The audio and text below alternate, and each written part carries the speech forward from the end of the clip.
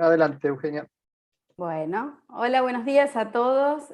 Bueno, hoy tengo el gusto de estar en esta mesa, presentar esta mesa conjunta entre la Secretaría Científica y el Psicoanálisis Today, cuyo tema es el racismo en su edición número 14, lo vamos a estar presentando hoy.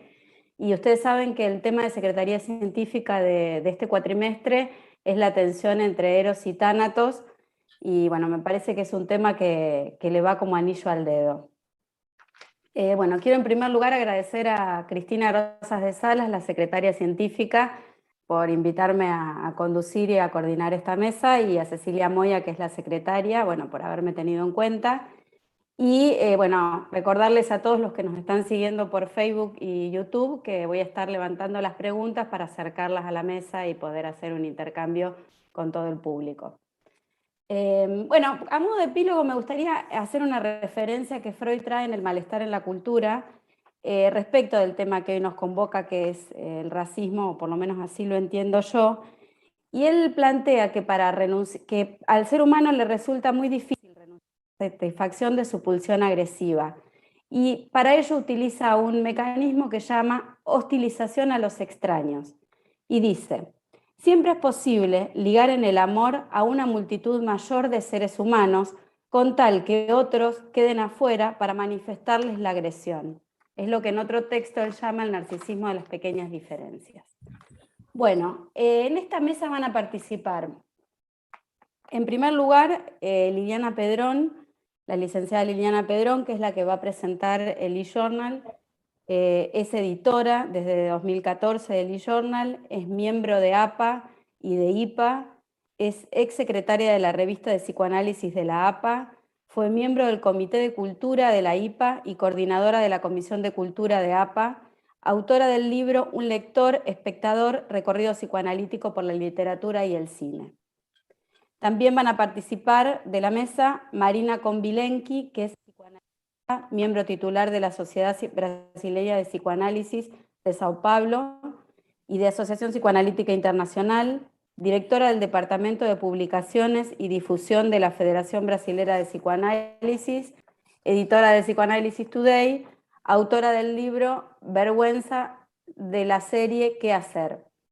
Y a la doctora Mirta Noemi Cohen, full member de IPA y miembro titular didacta de APA, ex secretaria científica del Departamento de Adultos Mayores, organizadora y directora de FIDAPSI, que es el Foro Internacional de Abordajes Psicoterapéuticos, coordinadora de la Subcomisión de Producción Escrita de Monografías y Tesis del Instituto Ángel Garma, autora del libro Poder curar, la fe, la ciencia y la palabra, y Subjetividad y lengua de origen, profesora invitada de la Cátedra del Doctorado de USAL y UCES, compiladora de los libros Pandemia en el Sur y Pandemia Fase 2. Bueno, y la apertura de la actividad a cargo de nuestra secretaria científica, que no necesita presentación, la licenciada Cristina Rosas de Salas. Le doy la palabra. Bueno, voy a hacer una breve bienvenida y agradecimiento a los colegas, fundamentalmente en la persona de Liliana Pedrón, que acercó esta propuesta a la Secretaría Científica sobre una presentación de este número, ¿no? Número 14, cuyo tema es racismo, casta, clase y fe.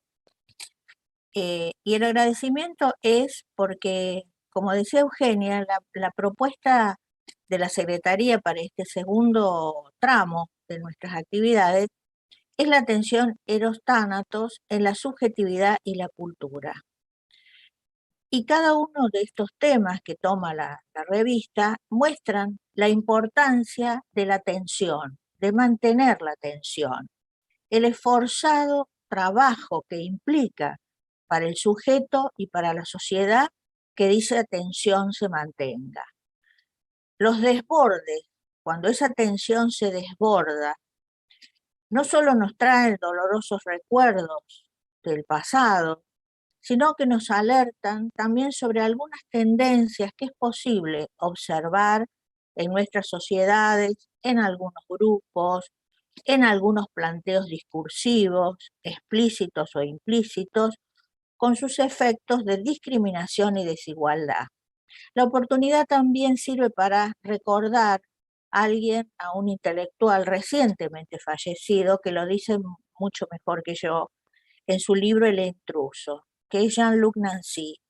Él dice, aislar la muerte de la vida, no dejarlos entrelazarse íntimamente, cada una intrusa en el corazón de la otra, he aquí lo que nunca hay que hacer. Es así, a eso se refiere la atención, ¿no? A este, como yo digo, esforzado trabajo de mantener la atención.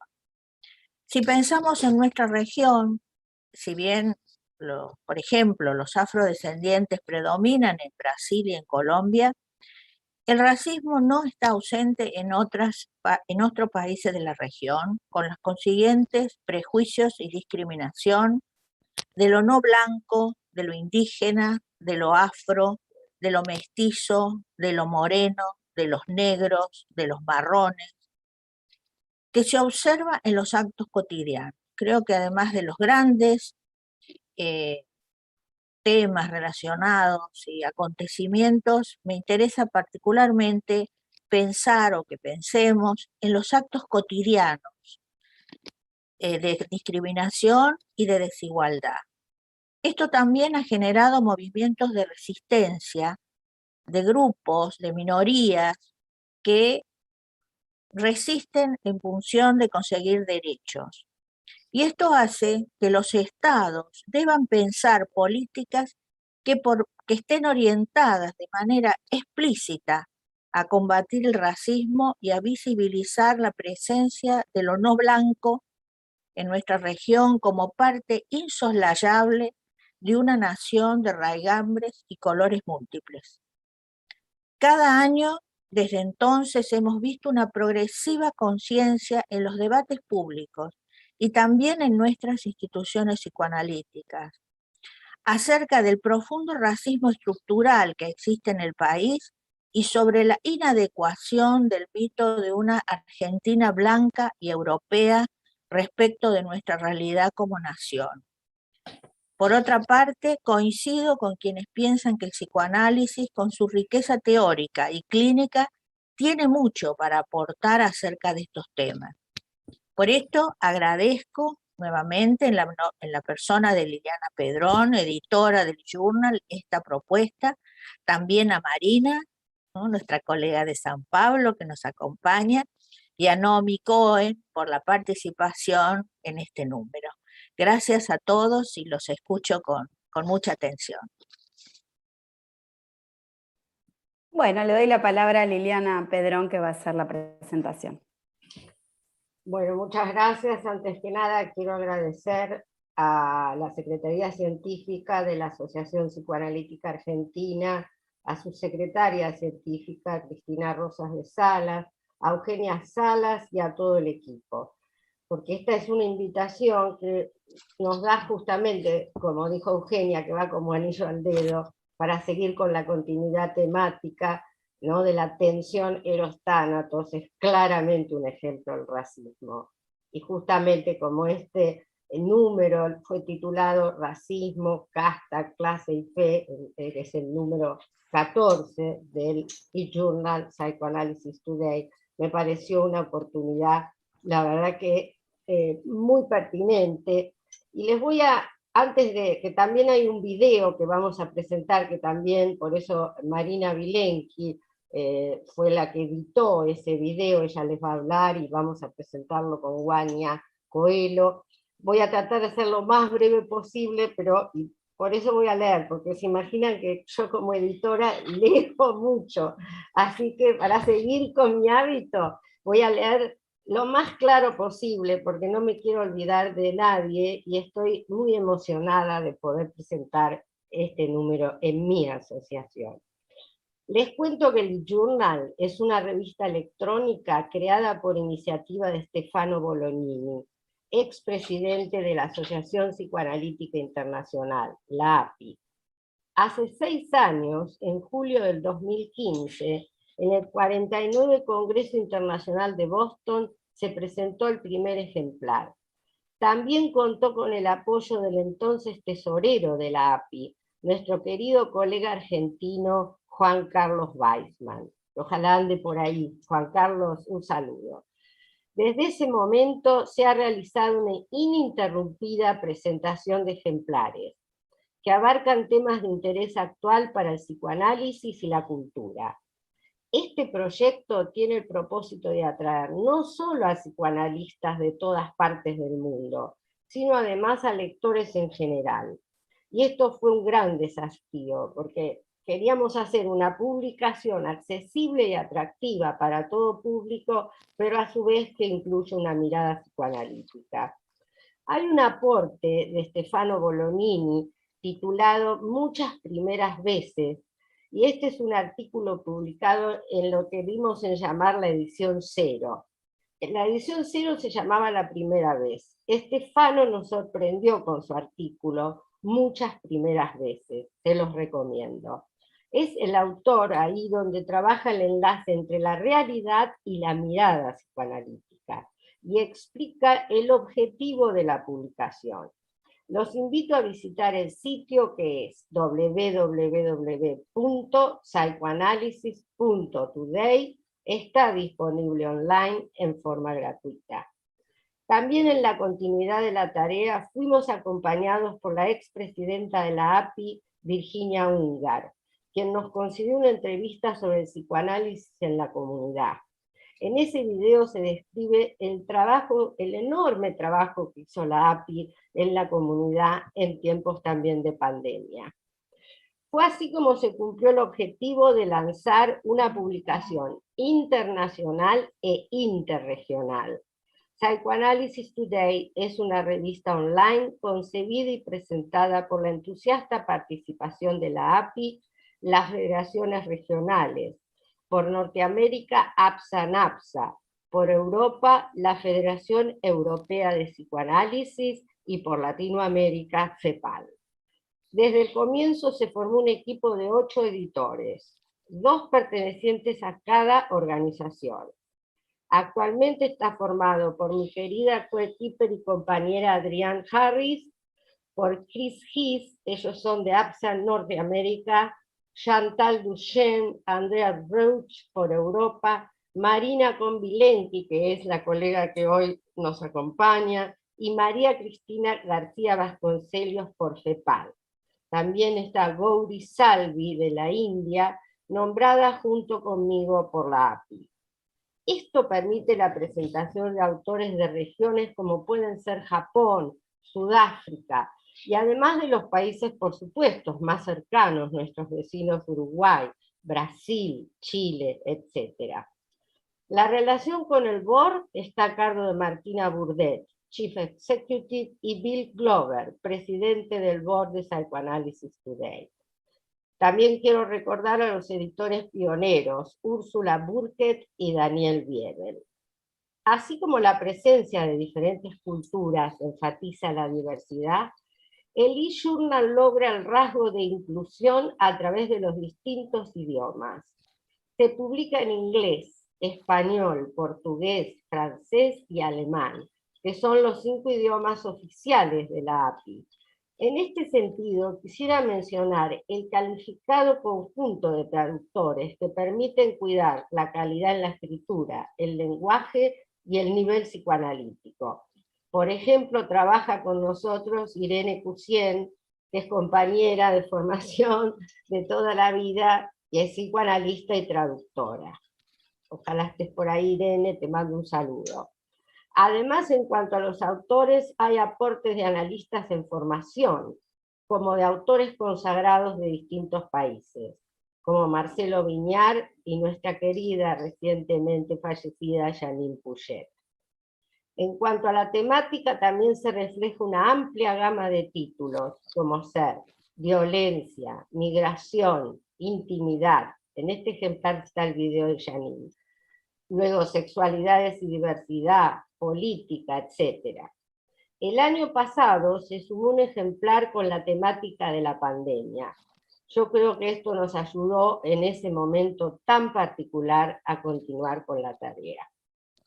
Se publican 3 ediciones al año y acompañando la publicación de los artículos principales se ha implementado un espacio denominado Reflexiones Psicoanalíticas, para que los interesados puedan publicar comunicaciones breves sobre temas actuales de interés psicoanalítico. Cuando digo comunicaciones breves estoy hablando alrededor de 1000 palabras. Es decir, es una estructura dinámica. Los artículos más extensos pueden llegar a tener 2300 palabras, pero también a esto se suma la edición de videos. Se editan entrevistas mensuales, videos mensuales, breves, que ayudan a la difusión. Porque este es el punto. Si nosotros no hacemos una tarea de estar en forma continua online, el e-journal no tiene existencia, ninguna producción online tiene. Entonces tratamos de sacar un video mensual. Por ejemplo, hay uno sobre el tema de la legalización del aborto, que se editó, que es un video no extenso, con Patricia Alcolombre, entrevistada por María Cristina García Vasconcelos. Ahí ven ustedes cómo se va interrelacionando lo que dijo Cristina, ¿no? Antes, cómo nos vamos acostumbrando a que somos prácticamente una interrelación de distintas naciones. A través de los recursos técnicos logramos un aporte estético. Contamos con el apoyo y la ayuda de personal especializado en tecnología y soporte digital. Centraliza este segmento Catherine Hall. Agradezco la difusión y comunicación API-APA a Laura Orce y Chris Gies. Por ahí debe andar Laurita, y también Laura es autora en el e-journal, en un trabajo sobre comunidad. Nuestros próximos títulos, se los adelanto, versarán sobre el lenguaje inconsciente, cambio climático y fake news. Ojalá podamos llegar en el logro el año entrante. Por último, para estimular la lectura del ejemplar 14, además de las presentaciones de hoy, del video y del aporte de mi querida amiga Mirta Noemí Cohen, menciono el trabajo de Shifa Haf, Castas en la mente, editado por Gauri Salvi, y el trabajo de la autora Karen Lee Masters, titulado La niña que recorrió la Vía Láctea, perteneciendo en Sudáfrica. Este es un artículo de corte autobiográfico que nos habla desde el apartheid hasta nuestros días, y muestra la influencia de la discriminación y el racismo en la realidad africana. Ambos artículos dan pautas de la vigencia de lo traumático en el inconsciente. Bueno, les agradezco muchísimo nuevamente este espacio. Un beso para todos. Gracias. Bueno, muchísimas gracias, Liliana. Guillermo, ¿ya estará el video, para pasar el video?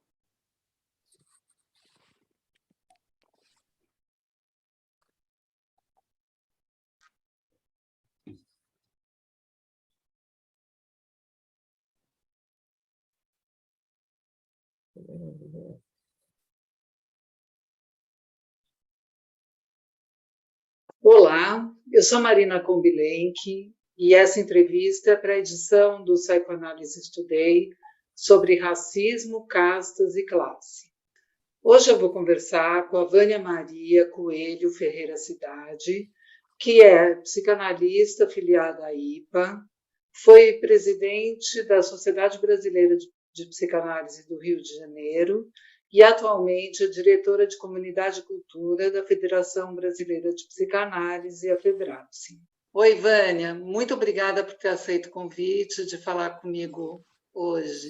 Oi, Marina, eu que agradeço pelo convite e pelo interesse em conversar sobre esse tema, que é um tema tão desprezado em geral, embora agora esteja muito atual. O Brasil tem uma proporção de 56% de negros e pardos na população geral, e nas sociedades psicanalíticas ligadas à IPA, a gente pode, no Brasil mesmo, a gente pode contar nos dedos o número de analistas negros em formação ou já membros. Como é essa experiência para você? Olha, Marina, eu acho que no início, assim que a gente inicia a formação, é um impacto a gente não ver, não encontrar a diversidade do nosso país. como você disse, nós somos 56,6% hoje de pessoas negras e pardas no país. E a gente saber que numa federação que abrange todas as sociedades do Brasil, que, se não me engano, são 16, e mais os grupos de estudo, e que não chega a 2%, isso realmente é uma coisa que no início da formação impacta. Então, é um número realmente assustador. Então, quando a gente chega, a gente logo pensa onde estão as pessoas iguais a mim, por que elas não chegam até lá, por que elas não chegam para a formação psicanalítica. E o que nós sabemos é que, muito recentemente, é que os negros começaram a procurar análises, e ainda assim são poucos os analistas que relatam ter pacientes negros.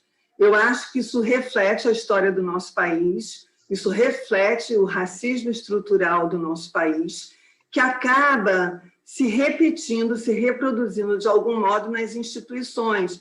Porque se nós não pararmos para nos preocupar a respeito desse quadro, se nós não pararmos para pensar o que significa isso não vai mudar, isso não tem como mudar, porque não é uma situação natural, e isso tem a ver com a nossa história. Para falar a respeito disso, nós teríamos realmente que falar da história do Brasil, da colonização, e eu acredito que isso não aconteça somente no Brasil. Eu acho que isso é um problema de todos os países que foram colonizados, onde houve a escravidão.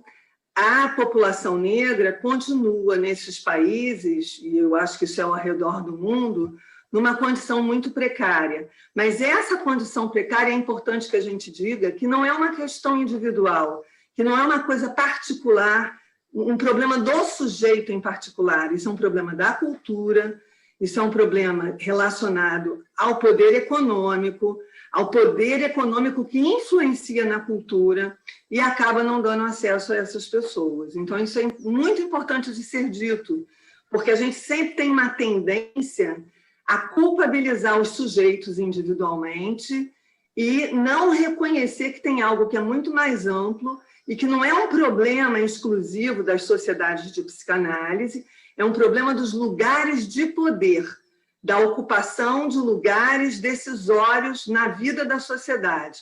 Todos esses lugares carecem de pessoas negras. Você acaba de conseguir realizar duas grandes conquistas aqui no Brasil, na psicanálise mesmo, né?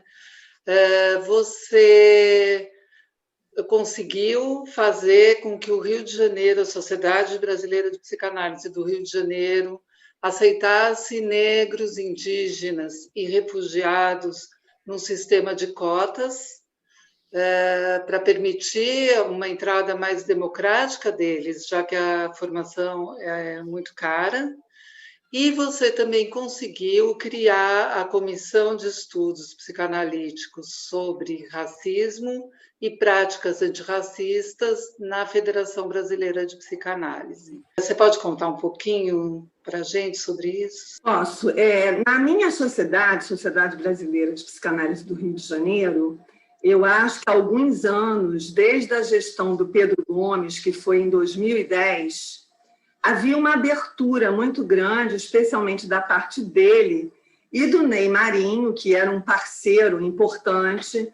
Havia uma receptividade muito grande para se discutir esses temas. Então, o primeiro passo que a gente tomou naquela época, isso tem 10 anos, 11 anos, foi instituirmos o Dia Nacional da Consciência Negra, que já existia no Brasil. Nós passamos, então, a convidar intelectuais do movimento negro, intelectuais na sua maioria negra, para dialogar a respeito do racismo estrutural, das relações raciais no Brasil.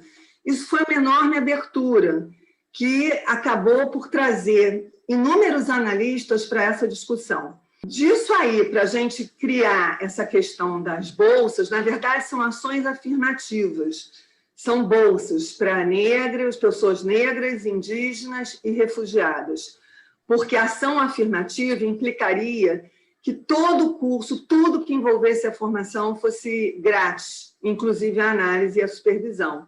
E a análise e a supervisão são os únicos dois, são os pilares da formação psicanalítica que a pessoa terá que custear, mas, sem dúvida, num preço diferente das análises, no preço normal que os analistas cobram.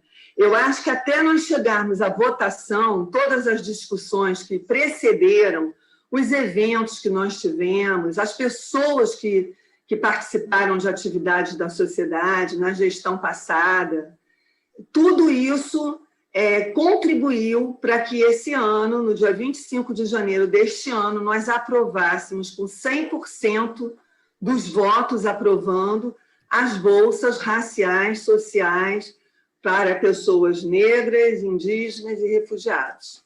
Muito bom.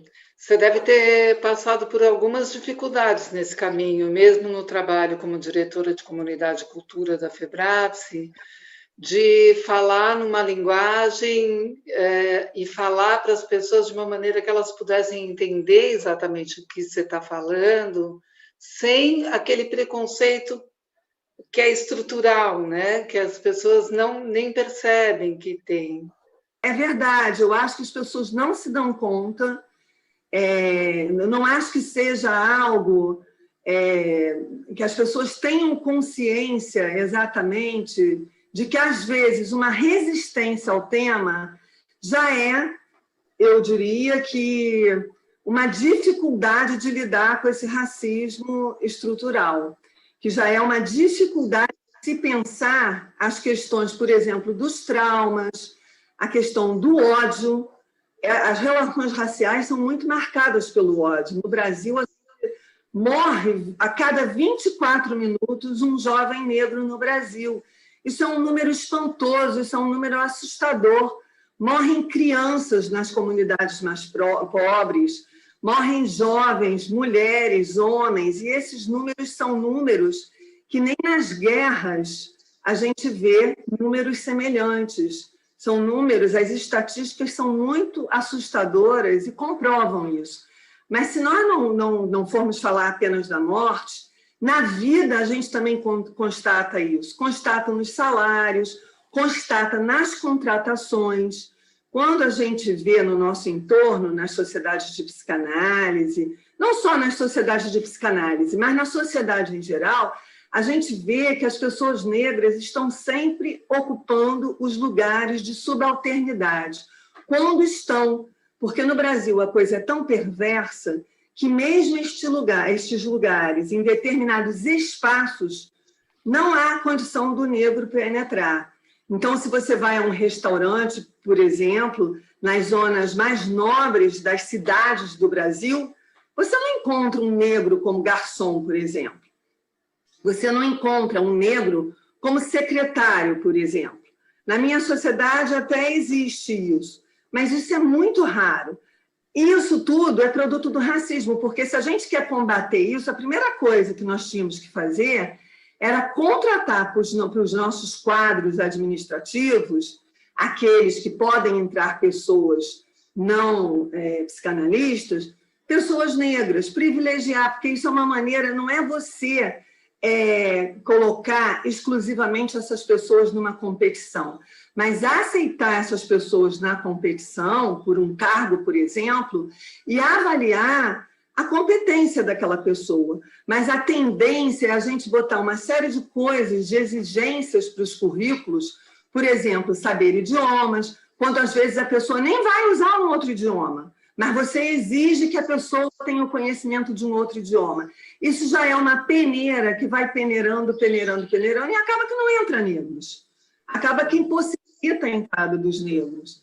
Agora, você percebe alguma diferença entre o que acontece nesse sentido no Brasil, na América Latina e nos Estados Unidos? Você tem alguma coisa a dizer? Olha, Marina, essa questão do racismo, da intolerância e da exclusão é algo que acontece no mundo inteiro, especialmente, como eu disse inicialmente, naqueles países que foram colonizados. Então, na América Latina e nos Estados Unidos não é diferente.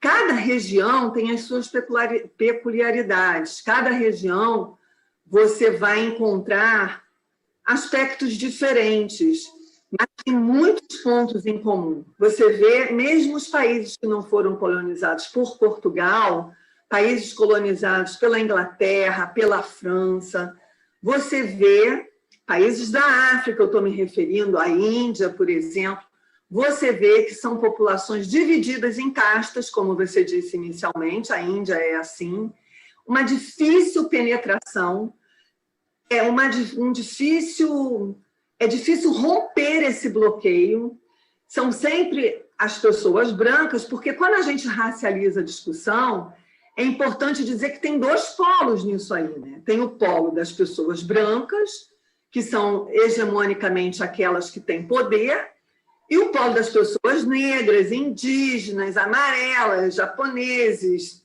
enfim, chineses, a gente vai falar de todas as outras etnias. E podemos incluir até mesmo os judeus, que são brancos, mas até mesmo os judeus sofrem preconceitos, né?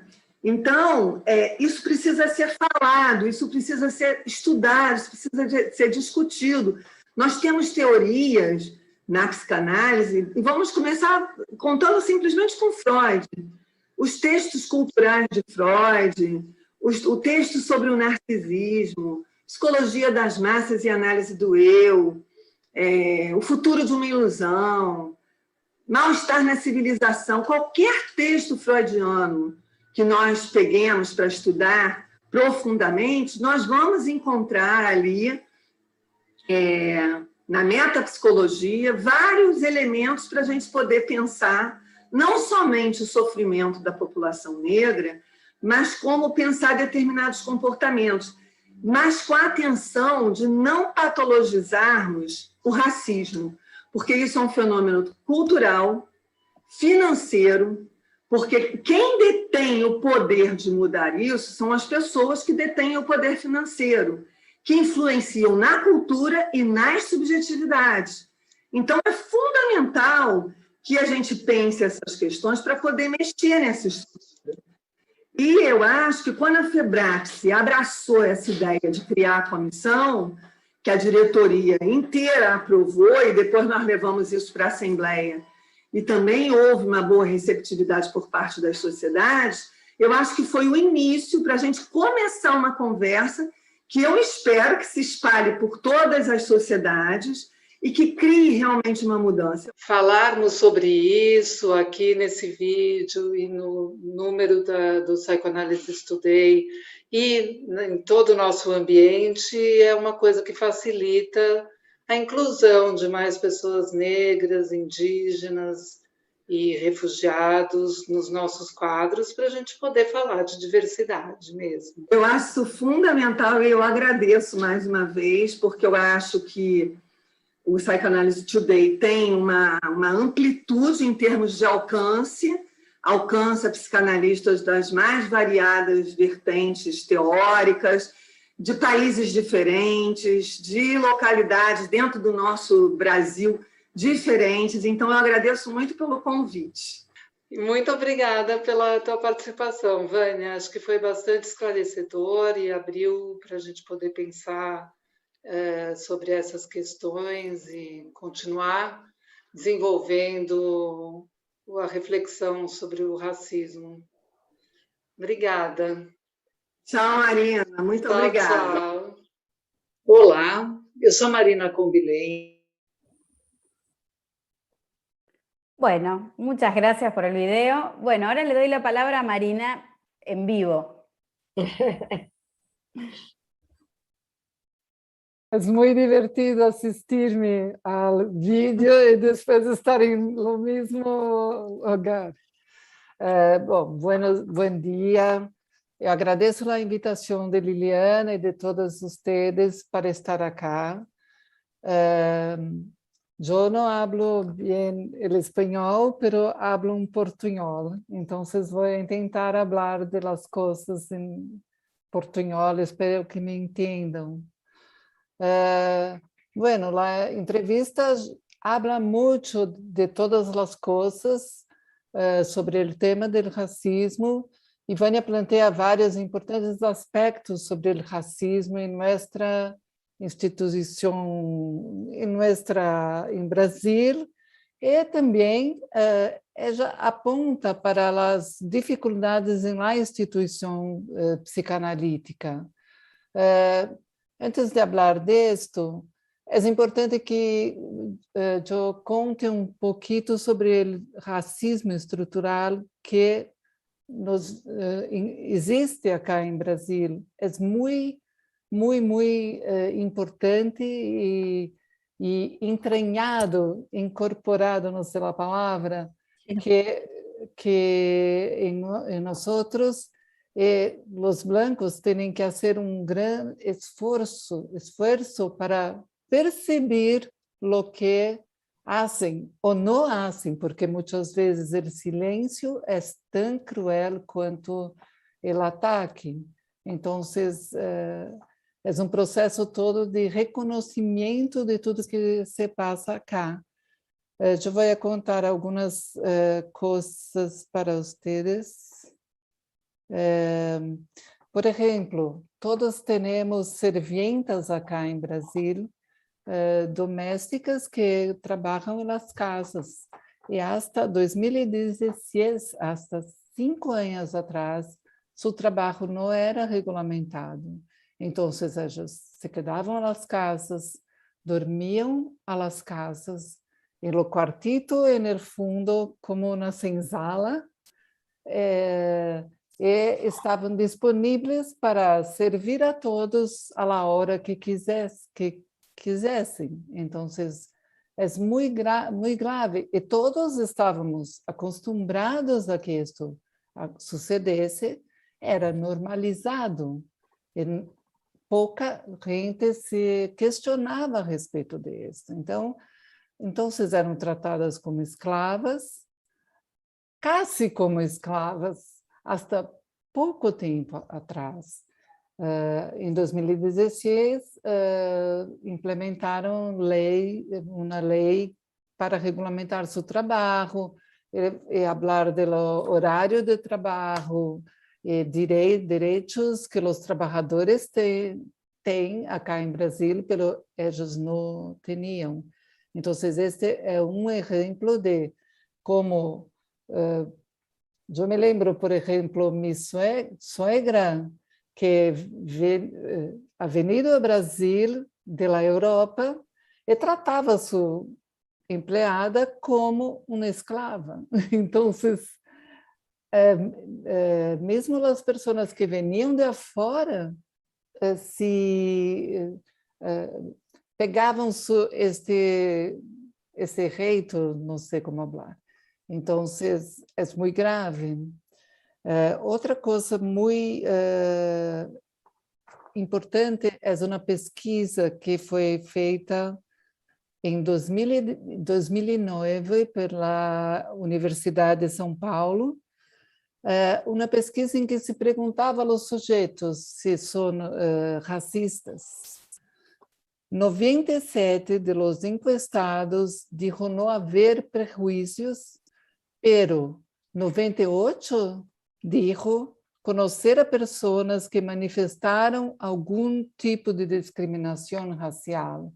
Então, ninguém é racista, pero se vê o racismo a los outros.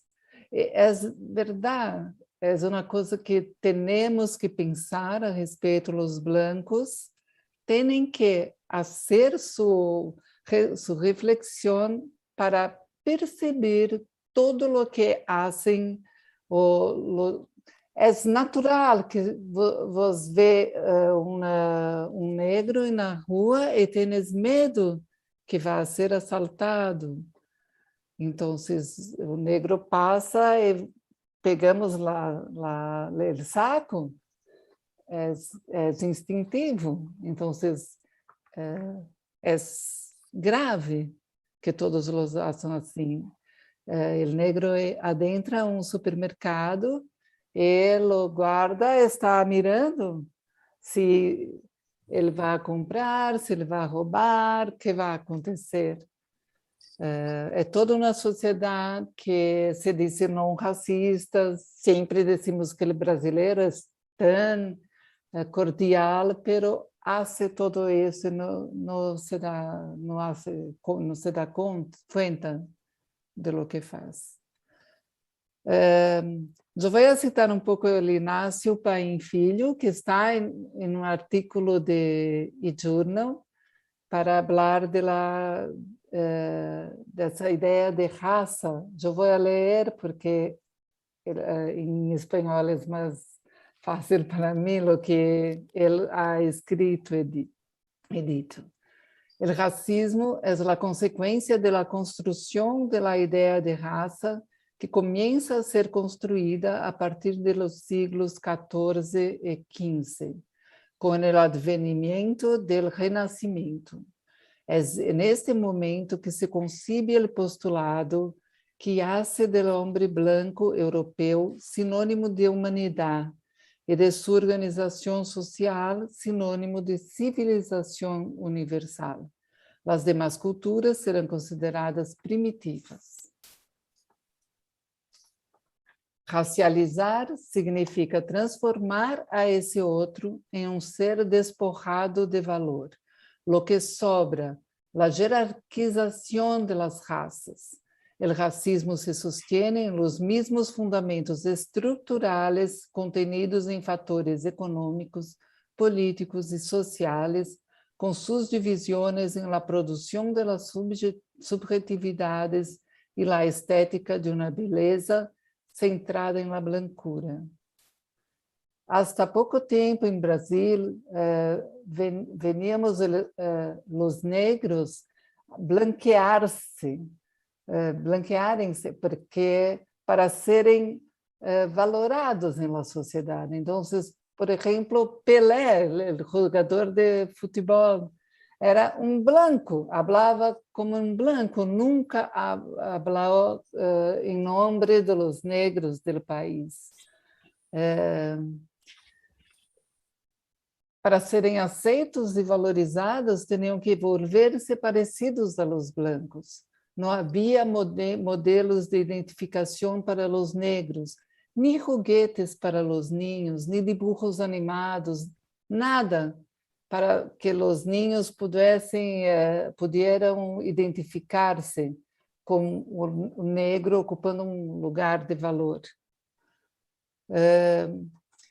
Há poucos dias, um político acá em Brasil falava de uma pessoa negra, falava muito bem que ele não é racista, que essa pessoa é muito importante e digna, etc. E ele diz que era um negro muito confiável, um negro de alma branca. E ele não se deu conta disso. Enfim, agora as coisas estão cambiando e este político ha sido banido de seu partido, mas aconteceu há 3 semanas atrás. O silêncio da blancura sigue fomentando práticas racistas.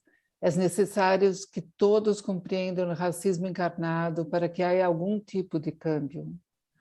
Para os blancos, é cômodo sentir-se superiores com todos os seus privilégios. Temos que levar ativamente práticas antirracistas, também em nossas instituições psicanalíticas.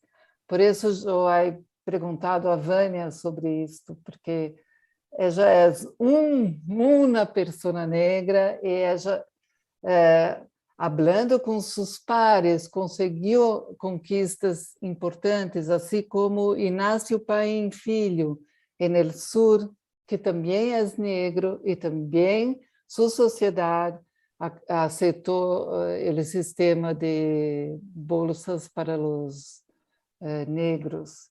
Também vai aceitar para a formação psicanalítica pessoas negras. Pero há duas pessoas. Então, necessitamos fazer mais para que os negros possam estar em nossas sociedades também. Nós não atendemos os psicanalistas, nem muito poucos pacientes negros. Não há analistas negros, há poucos analistas negros para atender a los negros. Então, é toda uma situação perversa nesse sentido que continua a situação de prejuízo, não sabemos fazer diferente. Então, é isto. Desde Freud, hemos aprendido sobre o ego prazer purificado. Esse mecanismo primitivo de expulsão de todo o que é malo para se quedar solamente com o bueno. É isto que hacemos quando projetamos todo o malo em los negros e os blancos permanecem como os buenos, os que sabem, os belos, os hermosos. É isto. É isto. Después puedo falar mais um pouquinho se for necessário. Bueno, muchas gracias, Marina. Le doy la palabra a Mirta Noemi Cohen.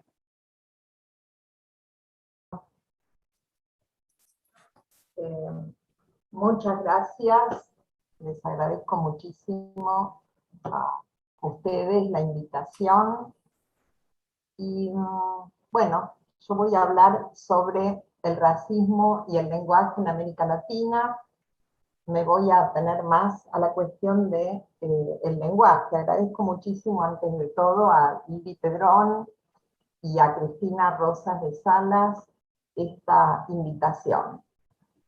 Bueno, el racismo es una práctica social prejuiciosa que clasifica a los seres humanos como inferiores y superiores. En el contexto latinoamericano, desde la época de la colonización de las tierras indígenas hasta la actualidad, el racismo se ha reflejado a través de diferentes manifestaciones de violencia, como un estado de inseguridad y de reproducción de violaciones infinitas, debido a la naturalización del mismo racismo instalado. Chul Han, en su libro La expulsión de lo distinto, Chul Han es un filósofo muy reconocido en la actualidad, coreano, pero radicado en Alemania. Chul Han habla del miedo al otro y dice: lo único que enlaza la existencia con los otros es la escucha. Si no escucho ni soy escuchado, mi sufrimiento se privatiza, me creo suficiente, único. Una de las formas de evitar ese sufrimiento psíquico, entonces, es socializarlo. Pero ¿cómo puedo escuchar al otro si niego su lengua? Se podría decir que el sujeto es como es hablado. Sus nombres, sobrenombres, sus apodos, forman una identidad lingüística que nos hablan de él. El entramado discursivo per se es el que daría al sujeto una identidad determinada. Daniel Mato, que es un investigador del CONICET, dice en una entrevista: la sociedad argentina ni siquiera se da cuenta de su racismo, y agrega que las personas creen que no hay racismo porque no hay leyes segregacionistas como hubo en Sudáfrica o en los Estados Unidos. Sin embargo, el lenguaje oficial es el castellano, y pocas provincias reconocen como propias algunas lenguas indígenas. En el caso de Argentina, por ejemplo, a medida que se fue colonizando el país, a los indígenas se les prohibió hablar sus lenguas y por tanto narrar sus historias.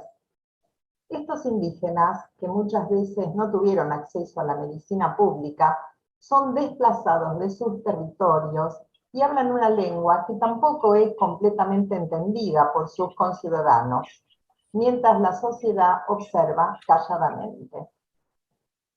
Por otra parte, Tim van Dijk habla del consenso étnico que sustenta el predominio europeo sobre las minorías étnicas, con estrategias socioculturales que representan la reproducción del racismo. Las élites blancas son parte del problema. Lo ideal sería conseguir una sociedad multicultural, pero el predominio de un grupo hace que se dé la modalidad de abuso de poder. Este dominio de un grupo sobre otros se denomina etnicismo. No obstante, se siga usando el término racismo. Entonces, estas dimensiones del etnicismo entrañan distintos aspectos que incluyen elementos geográficos, sociales y cognitivos. Vemos entonces que aunque pase el tiempo y se produzcan cambios históricos, estos conceptos se mantienen. Recién en el año 2020 se creó en la Argentina la Dirección Nacional de Equidad Étnico-Racial y hay también una propuesta de crear una capacitación obligatoria en prevención y erradicación del racismo para todas las personas que trabajen en la función pública. Es común escuchar la estigmatización en el lenguaje de las personas cuando hablan, por ejemplo, del gallego, el ruso, el judío, el tano y el cabecita negra. Este último, cuando se refieren o nos referimos a los nativos. Digo nos porque me parece que nunca uno puede excluirse del problema que sucede en el país donde uno habita. La identidad entonces también se expresa en la superficie de la piel, en el rostro y en los objetos que nos circundan. Es también en la relación madre-hijo donde radican los deseos más ambivalentes y destructivos hacia la figura del propio hijo, que son fortalecidos imaginariamente por el modelo patriarcal de filiación y transmisión, sostenido muchas veces por las mujeres, cuando se sienten dominadas por sus hombres. Esto las lleva a odiar en sus hijos aquello que ven reflejado de sí mismas y las conducen a unirse imaginariamente a su hombre. Recuerdo en una oportunidad, saliendo de mi casa, pasa una mujer con una nenita rubia, con trenzas, y en un momento en que la criatura se pone mal, la mamá le tira de una trenza y le dice: ya pareces una bolivianita con esas trenzas. Cabe destacar que la niña era su hija y seguramente ella misma se las había hecho. Sin embargo, recordaba algo que odiaba en los bolivianos. ¿Pero por qué? Por ser diferentes. Entonces, cuando hablamos de racismo en el lenguaje, o racismo en general, estamos hablando y nos estamos refiriendo a la intolerancia por lo diferente. ¿Por qué el odio a lo diferente, a lo distinto? Primero tomamos en cuenta que en realidad odio no es indiferencia, sino, como bien lo dice Freud, la otra cara del amor, aquella que se nos oculta y devela ante la presencia del otro. Entonces lo que me repugna del otro es lo que no soporto ver en mi interior. Es lo obsceno, lo pornográfico, aquello que estando dentro mío es reconocido como no propio, lo abyecto, ominoso para Freud, éxtimo para Lacan y luego Miller. Siguiendo este razonamiento estarán conmigo al pensar que en realidad odio en mí el reflejo que temo ponga en evidencia aspectos y temores internos que no quiero ver. Dicho esto, me recuerda también algo, una expresión de los españoles, cuando un hombre le dice a una mujer: ¿qué bella eres? Ella le contesta: no soy yo, son tus ojos. Volviendo al racismo, este no es solamente sustentado desde el que domina, sino también por el dominado. Esto lo vemos en los esfuerzos de identificación realizados mediante operaciones en la forma de vestirse, como dijo hace un rato, comentó la colega brasilera, la forma de vestirse, de teñirse el cabello con distintas pinturas. Todos estos intentos fallidos de negar la propia identidad. Ya en el yo y el ello, Freud define al yo como una esencia cuerpo y dice que no es solo una esencia superficie, sino él mismo la proyección de una superficie, ya que la piel marca un límite al mundo externo y da cierta cohesión al yo que se apuntala en lo corporal. Como la piel representa la superficie del aparato psíquico, cualquier alteración en ella produce efectos que repercuten directamente en la identidad. Recuerdo que escuché a varias personas decir: si vas a México por ser blanco, te tratan con mucho respeto y conseguís empleo. Teniendo en cuenta el comportamiento y el habla de las personas, podemos determinar que sus falencias lingüísticas, sumadas a la necesidad de superar la dominación hegemónica, necesita, entre otras cosas, un cambio en la estructura del lenguaje. En la Argentina hay una propuesta muy escuchada por los colectivos de LGTB que promulga un lenguaje inclusivo. Se observa, sin embargo, que los feminismos vigentes en América Latina corren el riesgo de repetir un modelo hegemónico patriarcal a la inversa, y de este modo generar más violencia en los hombres, atento al desplazamiento de lengua, habla y poder. Ahora me gustaría traerles un ejemplo muy cortito que se produce cuando hay un cambio en el lenguaje. Diversos medios de Argentina señalaban que el dueño de un correo privado le dijo a un sindicalista: si va a haber quilombo, que haya. Un guitarrista dice de su banda que es un quilombo, como un sinónimo de un caos total. El hijo de un actor habla de su obra y dice: mi papá se divertía, como un quilombo. El periodista Teneman dice: la Argentina es un quilombo. Resulta entonces que esta palabra quilombo, cuando la buscamos en el diccionario de la Real Académica Española, vemos que dice quilombo, lío, barullo, gresca, desorden, aunque en el suramericano adquiere algunos significados más. Quilombo entonces se le llama a cualquier situación conflictiva sin resolución. Es una palabra valija. ¿Pero cuál era el origen de esta palabra? Esta palabra viene del quimbundo, la lengua de los bantúes del centro y norte de Angola, y tiene que ver con la idea de unión. En el siglo XVII se llamaba quilombos a las poblaciones de esclavos fugitivos de las plantaciones. Eran lugares que fortificaban para defenderse de los amos que iban a buscarlos. Hubo muchos quilombos en Brasil y uno muy famoso, el quilombo dos Palmares, en el estado de Alagoas. Resistió mucho tiempo bajo la dirección de un esclavo zumbí, hasta que cayó derrotado en el año 1965. Ahora volvemos a la Argentina, en situación de mucha queja y en un trámite decimos esto es un quilombo. Entonces, quiere decir que esta palabra tiene muchísimos significados, pero hacer quilombo es un concepto paraguas que remite a entender que en una sociedad hay un lío y es un intercambio de situaciones conflictivas. Mediante la inclusión de los lenguajes autóctonos y de los distintos modismos, veo que se produce y se incluye y se establece un código. ¿Se podría hablar de una nueva lengua? Lo importante es que en esta lengua haya un código que incluya y represente a las personas de esa comunidad.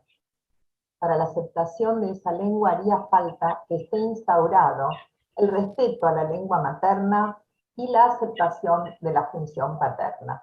Esto es lo que hace o haría que un sujeto esté integrado en el orden simbólico del lenguaje. Muchas gracias. Bueno, muchas gracias, Mirta. Bueno, hay bastantes participaciones de público. Quiero destacar una de la presidenta de APA, de Gabriela Goldstein, que no escribió, pero me mandó por privado felicitaciones para Cristina, para Liliana, para el armado de la mesa, y destacando que es un tema muy importante, que de alta incumbencia para nuestra institución, así que bueno, las felicitaciones particulares de ella las digo, hay un montón que las pueden leer ustedes después en las plataformas.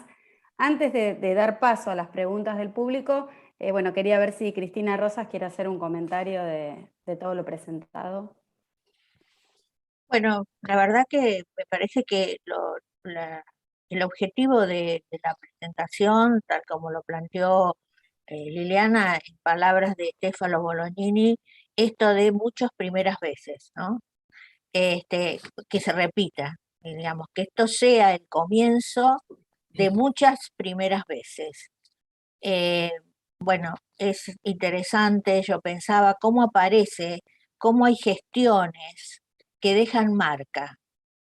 Hace un tiempo presentamos el IRED, que también fue idea de Stefano Bolognini, ahora Liliana lo vuelve a plantear y también señala algo que también me parece que deja una marca en la gestión de Virginia Ungar, que es la apertura a la comunidad.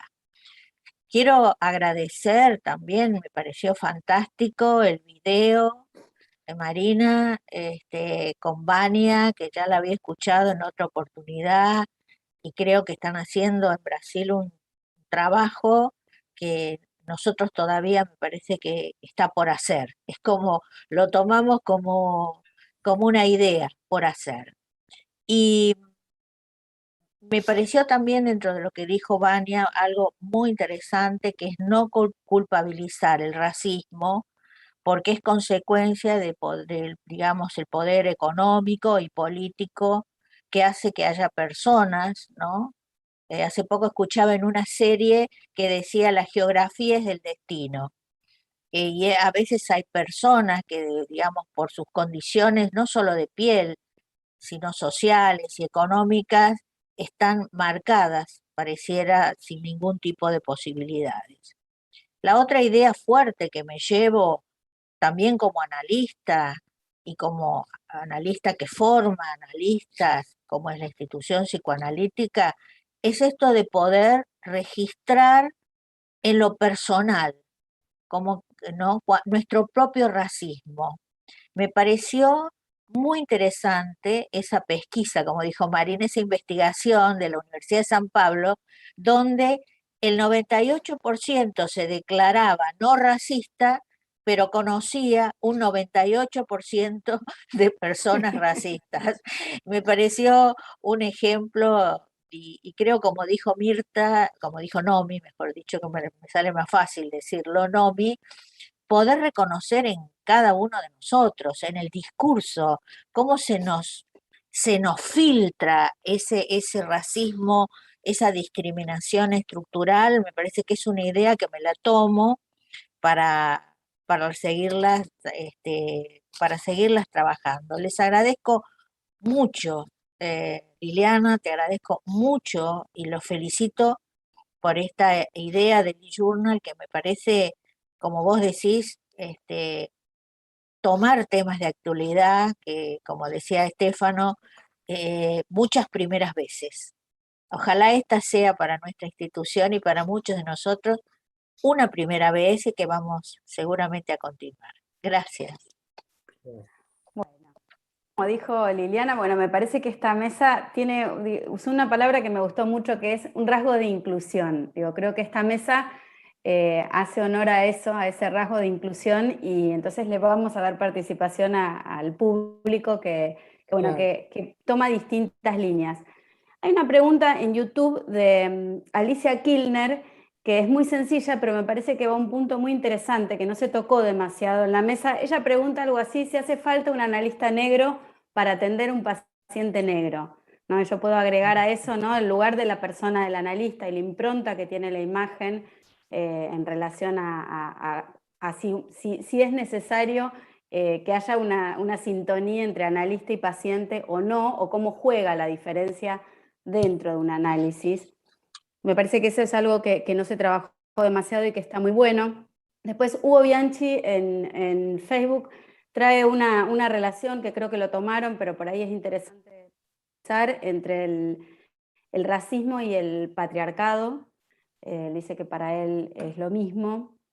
Después Frieda, con un apellido que es difícil de pronunciar porque es el seudónimo de Facebook, dice que es importante analizar y comprender primero los prejuicios de cada uno, porque si no es actuar como haciendo un favor, es conceder algo magnánimo desde un lugar superior. Después Silvia Beneun dice que, bueno, que el fascismo existió siempre, la diferencia entre ricos y pobres, entre judíos, que agradece mucho que aparezca esta mesa y estos temas en esta mesa. Ana Rosenfeld destaca la importancia de educar contra el prejuicio racial, de clase.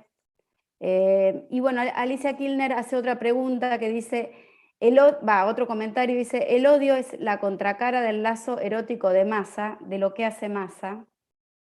Y bueno, dejo uno más de Abel Feinstein que pregunta si saben por qué en Estados Unidos a los negros se les dice afroamericanos, porque la palabra negra es discriminatoria y en Brasil no, por ejemplo. Así que bueno, no sé si quieren tomar alguna de todas estas cuestiones. Yo puedo hablar de la primera cuestión, si quieren. Si hace falta un analista negro para un paciente negro. No, yo pienso que no, claro que no. Pero si los blancos no se hacen este cuestionamiento interno de su propio prejuicio y no perciben lo que ocurre fora, no pueden analisar a un negro, porque muchas veces lo que ouvimos acá es que el negro habla que fue tomar un café y todas las personas se afastaron de él. Y el analista dice, bueno, es paranoia tuya, es una paranoia, no es así. Pero no es paranoia, es verdad, podemos asistir a esto. Entonces, é necessário que, sim, haja analistas negros falando de suas questões e analistas brancos e que nós nos indaguemos para poder analisar a um negro, como podemos analisar uma mulher, pode analisar a um homem, todas as coisas. Então, essa...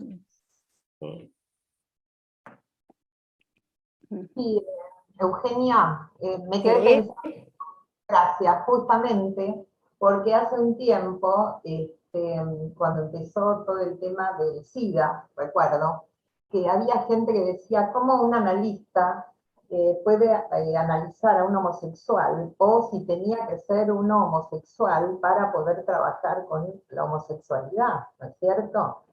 Lo que pasa es que, bueno, pasaron muchos años, mucho agua bajo el puente, y esto fue, por supuesto, discutiéndose muchísimo en todas las sociedades psicoanalíticas, y creo que tiene que ver con lo que decía Freud de analizar el narcisismo de las pequeñas diferencias. En tanto y en cuanto uno tenga en claro la identidad, la propia identidad, puede entonces comprender o meterse en otras realidades, si no tendríamos que ser todos un poco negros, un poco homosexuales, un poco etcétera, etcétera. Por suerte hoy día justamente hay una dirección que la quiero nombrar en la Argentina, ya que aparentemente dije cosas de la Argentina fuerte, entonces vamos a decir lo bueno también. Hay una oficina en la Dirección General de Convivencia en la Diversidad, ¿no? Que trabaja justamente estos temas, van a fábricas, van a instituciones, a concientizar a la gente acerca de la diversidad. Ya no es solamente el tema de distintos grupos étnicos, sino también las diferencias sexuales reconocidas en este momento como auténticas, ¿no? Entonces quiero decir que hay un cambio, por suerte también muy generado, me parece, por nuestras asociaciones, por la Asociación Psicoanalítica, sin lugar a dudas, es un tema que se trabaja muchísimo. Bueno, quiero agregar una cosita más, que recuerdo, ese es un tip, algo de que dice Joyce en el Ulises, en el libro Ulises, en boca de Bloom, dice, pero en Irlanda no hay antisemitismo. Y entonces Bloom dice, claro, no hay antisemitismo porque yo soy el único judío, ¿no? ¿No? Me parece interesante para pensar. Gracias, Eugenia. Bueno, ¿alguien quiere algo más? Sí, Liliana. Quería comentar que, bueno, primero que muy interesante y cómo es un tema que se presta para las anécdotas, ¿no? Yo pensaba en el tema de las anécdotas, el comentar, porque de alguna manera son también vivencias personales, ¿no? Uno se comenta, bueno, Marina hizo énfasis en esto, trajo sus vivencias y sus comentarios, aunque no hubiera sido en primera persona. Ahí también estamos dándonos cuenta que es un tema que nos toma a todos, y a nuestra vida también de cada uno. Con respecto al artículo que les mencioné antes, de Karen Lee Masters, ella es una africana de color, la autora, que está haciendo su formación en la sociedad africana, la sociedad de Sudáfrica. Y comenta las dificultades que tuvo, bueno, comentó desde la época del apartheid como histórico, pero las dificultades que tuvo para poder llegar y para, bueno, terminar el secundario, lo que para nosotros sería el secundario, y formarse. Inclusive, esto yo lo dejo como conclusión abierta, digamos, para que ustedes lo puedan leer, cómo da la pauta que ella en un principio, en un momento, pensó que si el analista no era negro o negra, ¿cómo iba a poder entender lo que ella tenía para analizarse? ¿No? ¿Cómo en ella esto estaba y era tan vivo que lo tenía que compartir con alguien que que tuviera esta problemática? Uno sabe como analista que eso evidentemente forma parte, con todo dificultades o lo que fuera, también podrían ser resistencias, pero me pareció muy interesante y tal vez para que ustedes lo puedan leer, son artículos breves, son artículos de 2000 palabras, como les dije, pero llevan a conclusiones y a aportes personales muy interesantes. También, bueno, en Estados Unidos, cómo se toma, me da la impresión un poco por la consulta, la pregunta de Abel, que en Estados Unidos es una problemática diferente, tal vez lo que se da en el racismo, la problemática del sur, del New Orleans, toda esa zona, en fin, habría montones de matices para comentar. Pero bueno, los invitamos a que vayan al psychoanalysis.today, ¿sí? Todavía hay quienes me llaman y se creen que yo estoy en el International Journal, y la verdad es que dije, menos mal que Cristina y su grupo nos permitió este espacio, porque no es el International Journal. El International Journal tiene otras características, ustedes saben, es una revista de un gran nivel científico, pero bueno, justamente es para que vayamos viendo esas diferencias, ¿no? También. A lo mejor tiene que ver con un prejuicio. También. Bueno, en relación a esto que planteaba, la pregunta queda planteada, ¿no? La que hace Abel, yo pensaba como que en un polo uno puede pensar algo, que en Estados Unidos se produce algo de un reconocimiento, pero uno también podría pensar que algo de la formación reactiva, ¿no? De cuánto en este no poder decir negro hay de formación reactiva. Y me acordaba una vez en Crónica TV, que estaba presentando una situación y decía, había 2 personas y un ciudadano boliviano. Entonces me parece que un poco también retomando algunas preguntas más ligadas al reconocimiento del propio prejuicio, de cómo se le juega a cada uno y qué hace cada uno desde su lugar. Bueno, hay una pregunta de Liliana Pérez en YouTube que dice, en el origen de la palabra quilombo, ¿no vemos acaso la sustracción que discursos hegemónicos hacen de la palabra para segregar y dominar? Me parece un buen ejemplo de dominación. ¿Quieren? Claro. Mencionaron algo también del lenguaje inclusivo.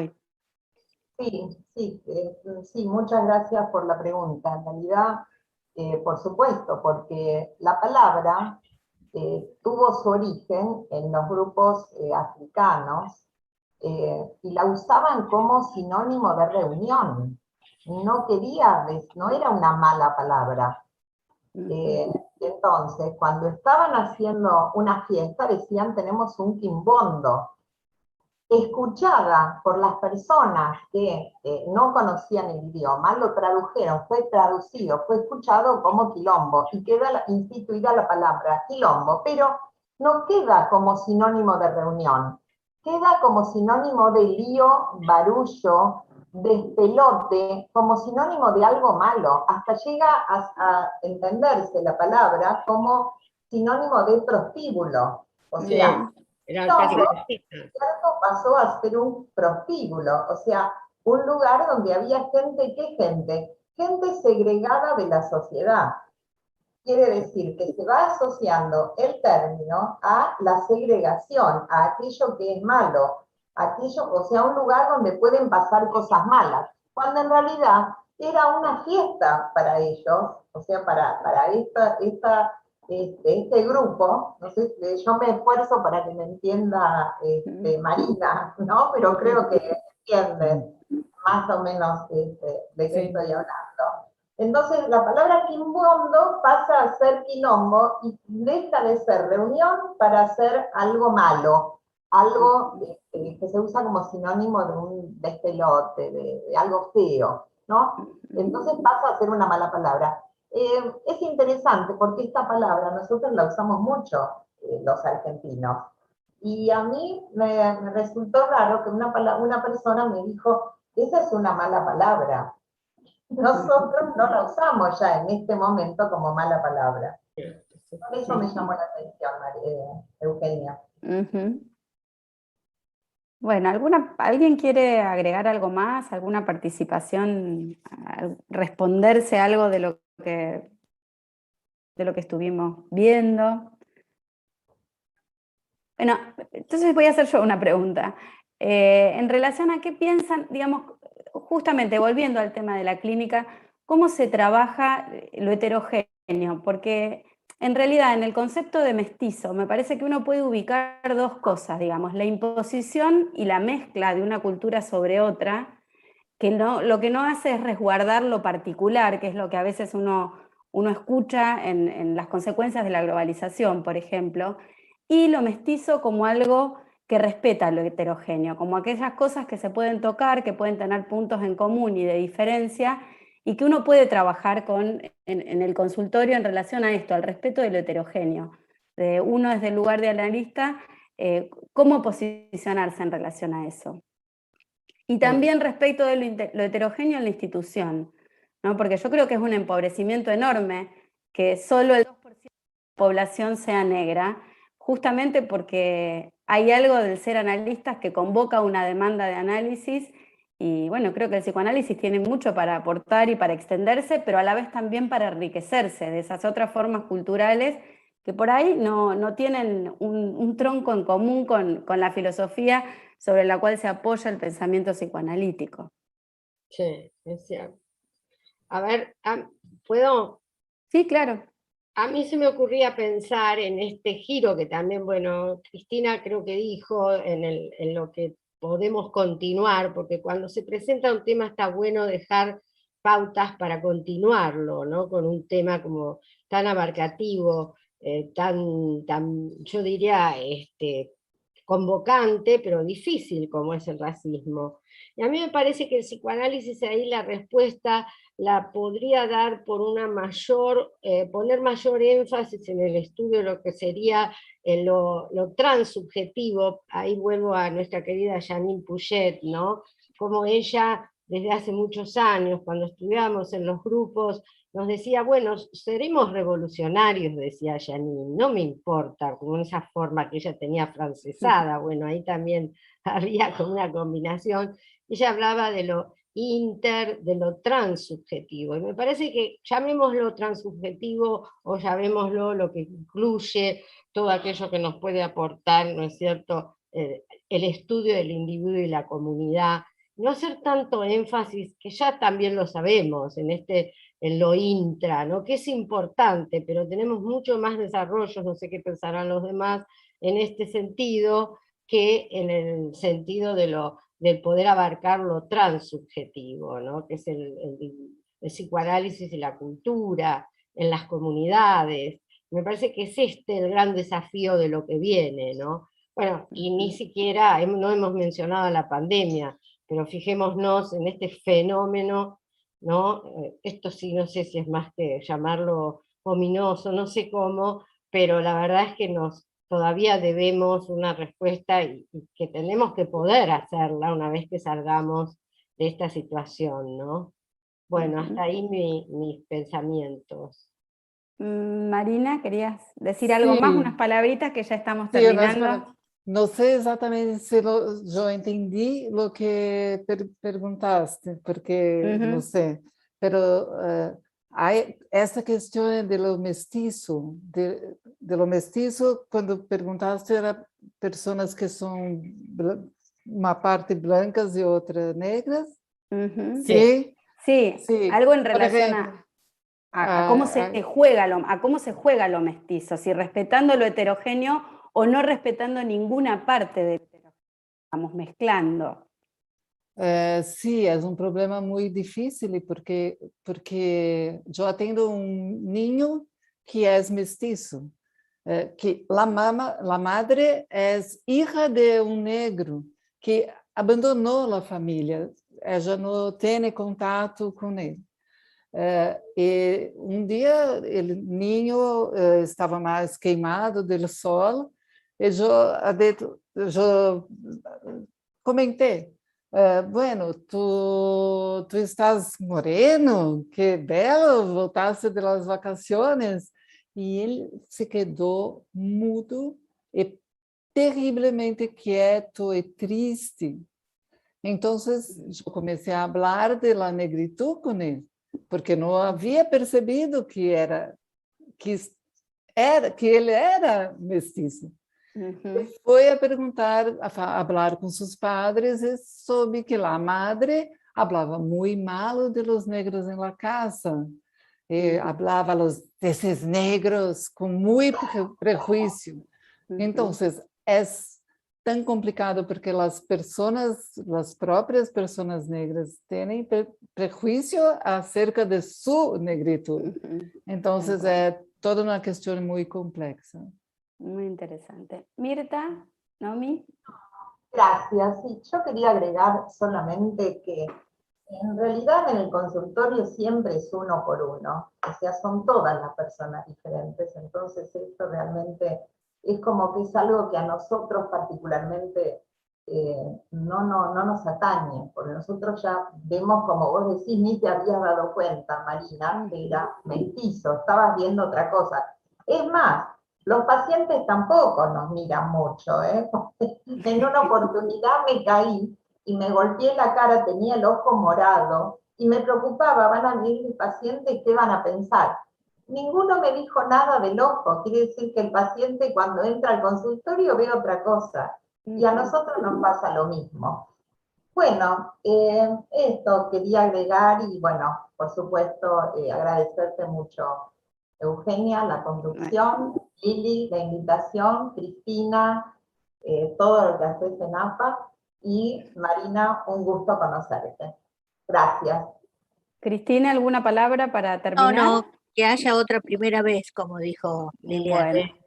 Yo quiero agradecer que no agradecimos a Guillermo por toda la parte técnica, que creo que no falló, estuvo muy bien, así que bueno, muchas gracias Guillermo, y bueno, se quedan a los que están en las redes, que se quedan a la actividad de las 11 de la mañana, que está buenísima. Ojalá que podamos hacer otra vuelta presencial. Ojalá pronto. Gracias, un gusto, Marina. Gracias, mucho gusto también. Gracias por esforzarse para entenderme.